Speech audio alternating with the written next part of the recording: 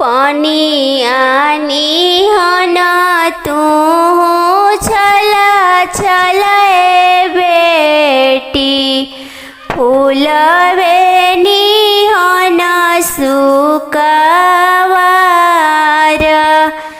पनियनी हन तू छल छल बेटी फूलबेनी हन सुकवार हिरवे हिरन बरवा खोजी हाजी पापा तब करिया बेटी के विवाह हिरवे बरन बर खोजी हाय पापा तब करिया बेटी के बियाह पूर्व गईनी पश्चिम जे गईनी खोजी आईनी पूरा सनासार खोजी आईनी पूरा सनासार हिरावा हिरन बरवा नाही जे मिलले बोले सीता रही है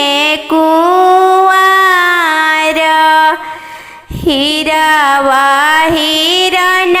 बरवा नाही जे मिलले सीता हमर रही है कुंवार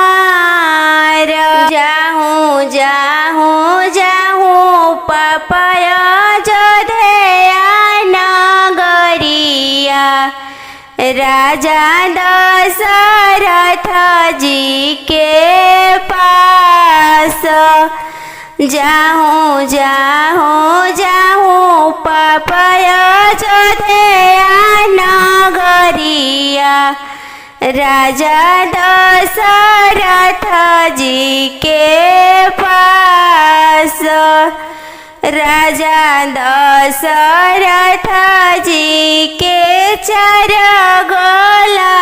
गोलालनवा चारों ही बाड़े कुंवार राजा दशरथ जी के चार गोलालनवा चारों ही बाड़े कुंवार गोरही बर